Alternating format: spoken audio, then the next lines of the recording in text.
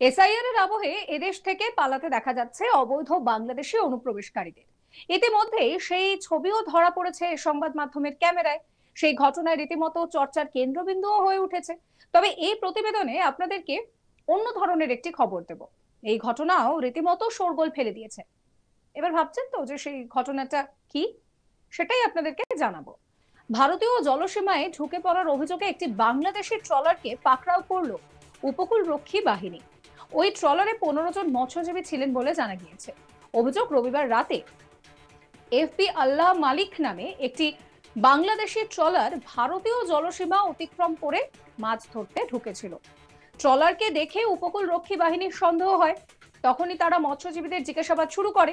পরে নথিপত্র দেখে বাংলাদেশি ওই ট্রলারটিকে পাকড়াও করা হয়। সোমবার সকালে ফ্রেজারগঞ্জ কোস্টাল থানার হাতে তুলে দেওয়া হয় মৎস্যজীবীদের। পুলিশ সূত্রে খবর, বাংলাদেশি মৎস্যজীবীরা সবাই সুস্থ রয়েছেন।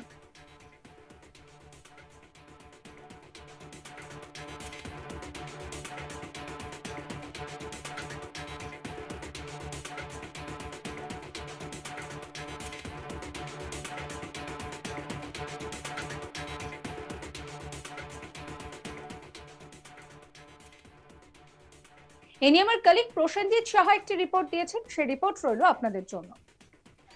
ফের ভারতীয় জলসীমায় ঢুকে পড়া 15 জন বাংলাদেশিকে গ্রেপ্তার করেছে ফ্রেজারগঞ্জ কোস্টাল থানার পুলিশ।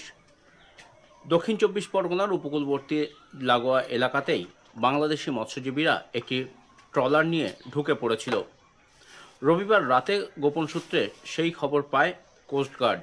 কোস্টগার্ড কার্যত যখন টহলদারি চালাচ্ছিল তখনই তারা দেখতে পায় যে বাংলাদেশি একটি ট্রলার সেটি ঢুকে পড়েছে ভারতীয় জলসীমায়। সাথে সাথে ট্রলারটিকে আটক করে কোস্টগার্ড। ট্রলার থেকে উদ্ধার হয় 15 জন মৎস্যজীবী। তাদের বাড়ি বাংলাদেশের খুলনা, বাখেরহাট সহ আশপাশের এলাকায় বলে জানা গিয়েছে। পুলিশ এবং কোস্টগার্ড যেমনটা জানিয়েছে যে ভারতীয় জলসীমা অতিক্রম করে এই সমস্ত মৎস্যজীবীরা এফবি আল্লাহ মালিক নামে একটি ট্রলার নিয়ে ভারতীয় জলসীমায় ঢুকে পড়েছিল। কোস্টগার্ড টহলদারির সময় সেই বিষয়টি কার্যত তাদের চোখে পড়ে যে বাংলাদেশি ট্রলার ভারতীয় জলসীমায় ঢুকে পড়েছে। তখনই তাদেরকে আটক করে কোস্টগার্ড। এরপর তাদেরকে সোমবার তুলে দেওয়া হয় ফ্রেজারগঞ্জ কোস্টাল থানার পুলিশের হাতে। ফ্রেজারগঞ্জ কোস্টাল থানার পুলিশ এই বাংলাদেশি মৎস্যজীবীদেরকে কাকদ্বীপ মহকুমা আদালতে তোলে সোমবার। আর বিচারক তাদেরকে 14 দিনের জেল হেফাজতের নির্দেশ দিয়েছে। এই নিয়ে গত নভেম্বর মাস থেকে শুরু করে এখনও পর্যন্ত 4 বার বাংলাদেশি মৎস্যজীবীদের অনুপ্রবেশ ঘটল ভারতীয় জলসীমায়। আর 4 বারই কার্যত কোস্টগার্ড অত্যন্ত স্বতন্ত্র প্রহরীর মতো তাদেরকে কিন্তু আটক করে এবং তারপর ফ্রেজারগঞ্জ কোস্টাল থানার পুলিশের হাতে তুলে দেয়। সব মিলিয়ে প্রায় 100-র কাছাকাছি মৎস্যজীবী এই মুহূর্তে ভারতীয় জেলে বন্দী হয়ে রয়েছেন। এবং এই সমস্ত মৎস্যজীবীরা তারা জলসীমা লঙ্ঘন করে ভারতীয় জলসীমায় ঢুকে পড়ার কারণেই তাদেরকে আটক করা হয় প্রথমে, এবং তারপর তাদেরকে গ্রেপ্তার করে আদালতে তোলা হলে বিচারক তাদের জেল হেফাজতের নির্দেশ দিয়েছেন। অন্যদিকে বাংলাদেশ হাই কমিশনারের সাথেও যোগাযোগ করা হচ্ছে প্রশাসনের তরফ থেকে, যাতে আইনি যে সমস্ত জটিলতা রয়েছে, আইনি যে সমস্ত প্রক্রিয়া রয়েছে সেই প্রক্রিয়া সম্পন্ন করে এই মৎস্যজীবীদেরকে যাতে ফেরত পাঠানো যায় সেই ব্যবস্থা করা হচ্ছে। পাশাপাশি এটাও দেখা হচ্ছে যে বারবার এই ভুল কেন হচ্ছে, বারবার কেন এই সমস্ত মৎস্যজীবীরা তারা যে আন্তর্জাতিক জলসীমা রয়েছে সেটা লঙ্ঘন করছেন সেই বিষয়েও ইতিমধ্যেই তদারকি শুরু করেছে ভারতীয় নৌবাহিনীর কর্তারা।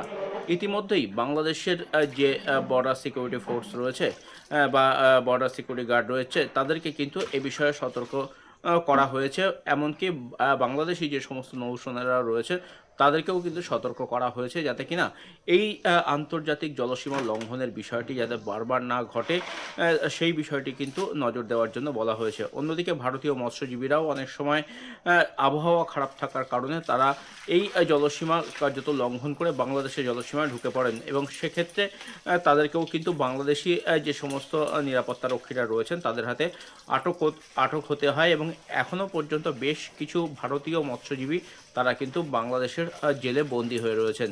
দুপুর তরফের থেকেই কিন্তু আইনি প্রক্রিয়া চলছে, এবং সেই আইনি প্রক্রিয়া সম্পন্ন হলে তবেই এই মৎস্যজীবীরা নিজের দেশে ফিরতে পারবেন। সব মিলিয়ে বাংলাদেশের যে এই মৎস্যজীবীরা নতুন করে যারা 15 জন ঢুকে পড়েছেন তাদেরকে এই মুহূর্তে জিজ্ঞাসাবাদ কাজ চলছে যে শুধুমাত্র নিছকই তারা টাল সামলাতে না পেরে বা আন্তর্জাতিক জলসীমা না বুঝতে পেরে তারা ভারতীয় জলসীমায় ঢুকে পড়েছেন, নাকি এর পেছনে অন্য কোনো চক্রান্ত রয়েছে সেই বিষয়টিও কিন্তু তদন্ত করে দেখা হচ্ছে। একদিকে যখন এসআইআর আতঙ্ক রয়েছে রাজ্য জুড়ে এবং চারিদিকে কিন্তু এই এসআইআর নিয়ে যে জল্পনা কল্পনা সেটা চলছে। প্রচুর মানুষ যারা বাংলাদেশ থেকে এ রাজ্যে এসেছিলেন এবং এ রাজ্য থেকে এই এসআইআর এর আতঙ্কে তারা আবারও বাংলাদেশে ফিরে গিয়েছেন। এই এসআইআর এর পর আবারও কোনো মানুষজন কোনো রকমভাবে গোপনভাবে এ রাজ্যে ঢুকে পড়ছে কিনা সেই বিষয়টিও কিন্তু খতিয়ে দেখা হচ্ছে। সব মিলিয়ে এই মৎস্যজীবীদের জিজ্ঞাসাবাদের পাশাপাশি তারা সঠিক কী কারণে ঢুকেছিলেন, কিভাবে ঢুকেছিলেন, কোনো দুর্ঘটনার কবলে পড়েছিলেন কিনা, কোনো খারাপ আবহাওয়ার মধ্যে পড়েছিলেন কিনা সেই সম্পর্কেও কিন্তু জিজ্ঞাসাবাদ চলছে। এবং লাগাতার যে এই আন্তর্জাতিক জলসীমা লঙ্ঘন করে একের পর এক এই যে বাংলাদেশি মৎস্যজীবীরা ঢুকে পড়ছেন তা নিয়ে কিন্তু যথেষ্ট চিন্তার ভাঁজ রয়েছে প্রশাসনের কপালে। তার কারণ একবার বাংলাদেশি মৎস্যজীবীরা এই আন্তর্জাতিক জলসীমার টপকে যদি ভারতীয় জলসীমায় ঢুকে পড়ে তাদেরকে আটক করা, তাদেরকে গ্রেপ্তার করা, তাদেরকে আদালতে তোলা এবং তারপর একটি জটিল প্রক্রিয়ার মধ্যে দিয়ে তাদেরকে পুনরায় দেশে ফেরত পাঠানো হয়। এই ঝামেলা ঝঞ্ঝাট থেকে মুক্তি পাওয়ার জন্য কার্যত এই আন্তর্জাতিক জলসীমা বরাবর নজরদারি ইতিমধ্যেই বাড়িয়েছে কোস্টগার্ড, যাতে কিনা এই ধরনের মৎস্যজীবীরা তারা কোনোভাবে এ রাজ্যের বা এদেশের যে সীমানা সে সীমানার মধ্যে ঢুকে পড়তে না পারে সেদিকে কিন্তু নজরদারি আরও জোরদার করা হচ্ছে, যাতে কিনা এই ধরনের ঘটনা কমানো যায়।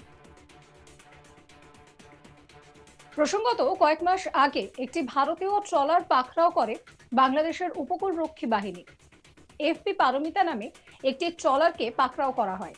ওই ট্রলারে মোট 14 জন মৎস্যজীবী ছিলেন।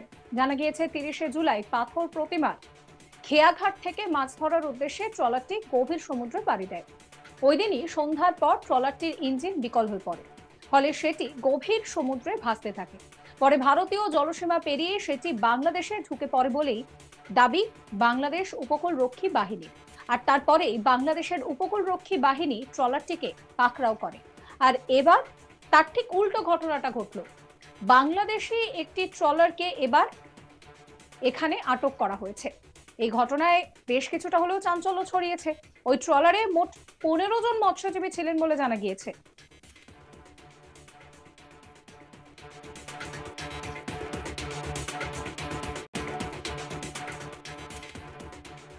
এই ঘটনাকে কেন্দ্র করে রীতিমতো চাঞ্চল্য ছড়িয়েছে। অভিযোগ, রবিবার রাতে কিন্তু এই বাংলাদেশি ট্রলারটি ভারতীয় জলসীমা অতিক্রম করে মাছ ধরতে এসেছিল। ট্রলারটিকে দেখে উপকূল রক্ষী বাহিনীর সন্দেহ হয়, আর তারপরেই মৎস্যজীবীদের জিজ্ঞাসাবাদ করা হয়। নথিপত্র দেখে বোঝা যায় যে এই ট্রলারটি কিন্তু বাংলাদেশি ট্রলার।